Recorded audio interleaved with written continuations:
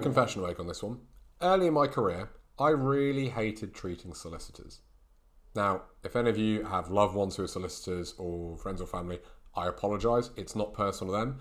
The reason I say that is I noticed this pattern with my patients who were solicitors. That initial consultation, we'd take quite a bit of time. We'd go through history and exam and all that sort of thing. That was fine. But then when they came back for a regular treatment, it's a fair bit shorter. And I would treat them and I go, okay, that's all done today. And honestly, like a good 30-40% of them when they were solicitors would go, is that all you're going to do today? Is that it? And I'm instantly put on the back foot. And I'm going, first of all, oh yeah, but don't worry, when I was a little bit insecure. And then as I got a bit more mature, I was like, yeah, it is. That's actually all that you need. And I could address it in any different way. But the point is, they would express this and go, wait, is that it? Is that all you're going to do? And I noticed it seemed to be solicitors who did this more than anybody. It wasn't only them, but maybe it's because they're used to charging per minute or whatever it is. I don't know.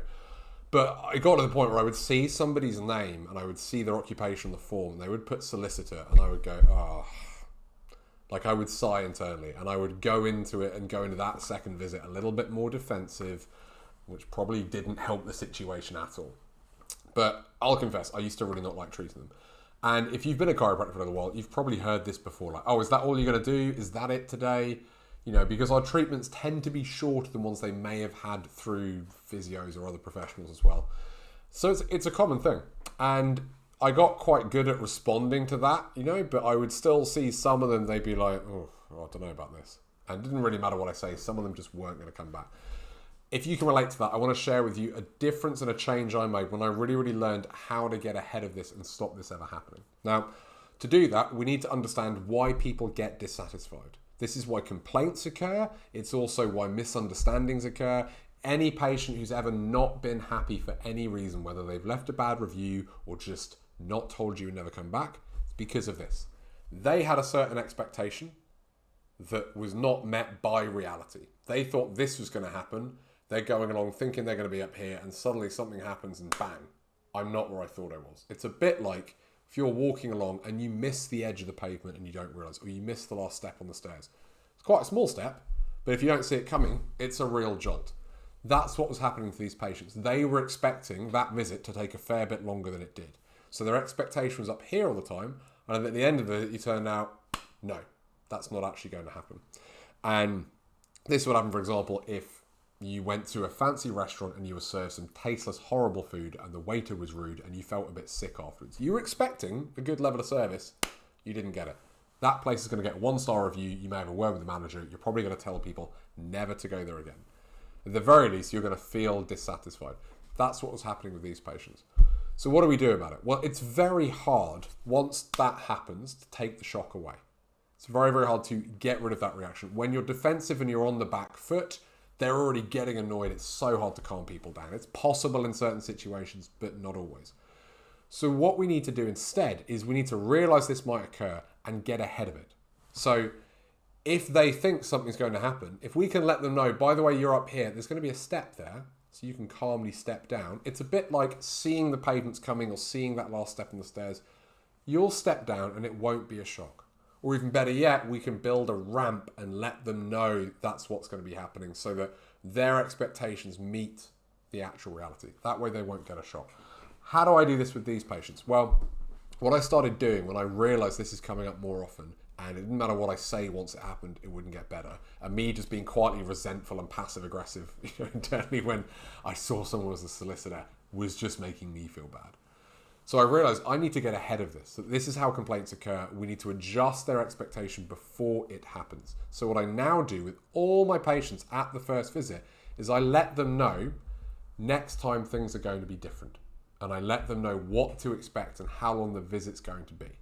So that's step one. Doing that will help. However, some patients may see that as a little disappointment still. They're like, oh, I'm going to step down. Oh, okay. I'd rather not step down, but I guess if that's the way it's going to go. At the very least, if they don't want it, they get a chance to say no thank you before they feel like you've taken their money and given them something they didn't want or given them less than they deserve. That's what we want to avoid. But even better, what you want to do is you want to take that and you want to make it good news. Tell them this is a good thing and that it's a benefit to them.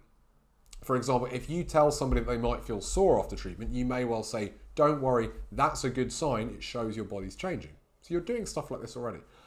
But we want to try and do it with anything we can. And in terms of treatment duration, if you've ever had that feedback, here's the way I've found, it may not be perfect, but it works really, really well in our practice and many other chiropractors I've coached as well. It's pretty much eliminated this complaint. Is that you let them know, next time the treatment won't be as long, we won't need to go through as much. So we can get you in, get you treated, let you get on with your day. We won't keep you any longer than necessary. The treatment's nice and brief and you can get back to enjoying your life. So I'm not saying very much there, but I'm setting the expectation that it's going to be this, and that's a good thing. So I flipped it from, you think it's here, it's actually going to be here, you're going to step down, to, you think it's here, it's actually going to be here, and you're going to step up. So they still need to know, we don't want them walking and tripping over the step there, but we've let them know what's going to happen, and we've made it good news. So if you ever have that feedback from patients, that's the way I found works really, really well. You can have that, you can take it. If there's any other regular feedback that you get from patients, any regular critical feedback, if there's complaints occurring regularly or misunderstandings, that means it's your job to let them know what to expect in advance. And if you can, make it good news. One last tip, by the way. You may think, oh, we don't get many. Ask your front desk. I say that because your front desk will be fielding most of those, and they may not be telling you. Not because they're trying to hide stuff from you, but they probably agree with you. They will probably think that these are unreasonable, and they will think, A, my chiropractor's busy, I don't need to waste their time with these unreasonable patients. Or they'll think, oh, I don't want to upset them, that's going to bring them down, they're having a good day, I don't want to tell them somebody was unhappy. They're a bit unreasonable anyway, I just won't tell them. Lovely thing to do. I totally appreciate what they're trying to do there, but it's not helpful because it denies you the opportunity to fix it. So ask your front desk, let them know, I really do want to know, because even if it's an unrealistic expectation, even if it's something that I don't think we should be doing, if we're getting it more than once, then it's my job as their clinician to manage that expectation in advance. The plus side is the front desk won't get those complaints anymore. So have a think about that. Let me know as well. I want to hear from you. Are there any common misconceptions patients have about your practice? Is there any recurring things that you get? You don't have to post it publicly. You can message me privately. And if you're struggling to think, oh, how can I make that good news? Shoot me a message. We'll have a chat, see if we can work out a way of doing that. But I hope that's been helpful for you. Remember, set the expectation in advance, let them know what's coming, and try to make it good news. You follow those two steps, you're going to put yourself way further away from any potential complaints, and you're going to have happier patients and a more successful, fulfilling practice. So give that a try. Shoot me a message if you need anything. Otherwise, I'll see you soon. Take care.